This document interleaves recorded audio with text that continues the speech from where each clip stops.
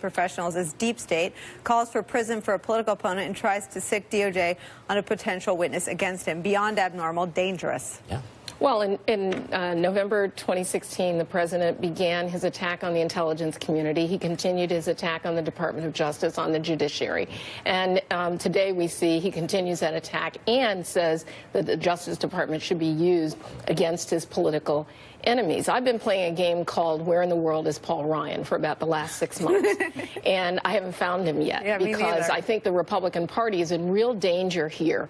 I mean, they've been in danger for a long time when they enable a president of the United States to attack the very foundation of our democracy, to attack the justice system. And they're going to find out that, you know, Papadopoulos, we know, was not a coffee boy. He wasn't even drinking coffee, apparently, according to these latest reports. I'm a strong we got to go to break, but you, Becky, want to say something? I'll just say, Judge, this. Papadopoulos was not a coffee boy, but he is a greasy pole climber of the highest order. And the idea that he did not go back and tell the people in the Trump administration or Trump campaign, even though we don't know this, it's not been established factually yet, but one's instinct is this person, a person who would have wanted to spread that word among his colleagues. But let me just say one more thing, which relates to Paul Ryan and Mitch McConnell.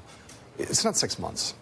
In September of 2016, Jay Johnson and Jim Comey and Lisa Monaco had a meeting with the Gang of 12 on Capitol Hill and sat with them in the middle of September, in the middle of the election, and said, guys, we're under attack by the Russians. We need to bring together both parties to take a strong bipartisan position against this Russian intervention in our election. And Paul Ryan and Mitch McConnell sat in that room and said, we don't want any part of this. You guys are trying to politicize this. We're not going to do anything to help you. It was one of the most grossly irresponsible, unpatriotic things the two congressional leaders, I think, have ever done, certainly in my lifetime. But they have turned a blind eye to this at a time when you could have done something about it in the middle of the campaign. It's no surprise that they are still not doing anything about it now, 13, 14 months later. And just to underscore, we have to go to break, but just to underscore the importance, I mean, I mentioned Mike Hayden. He calls this the political version of a 9/11. Imagine being warned about the political version of a 9/11 and doing nothing. That's on you guys. Mark Mazzetti, thank you so much for your reporting and for joining us today. Everyone else is sticking around. When we come back,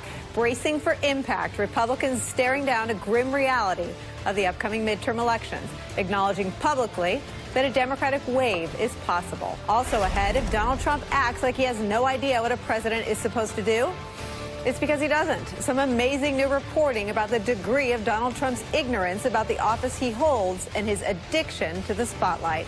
And a world in crisis, and alarming new reporting about the divisions and dysfunction among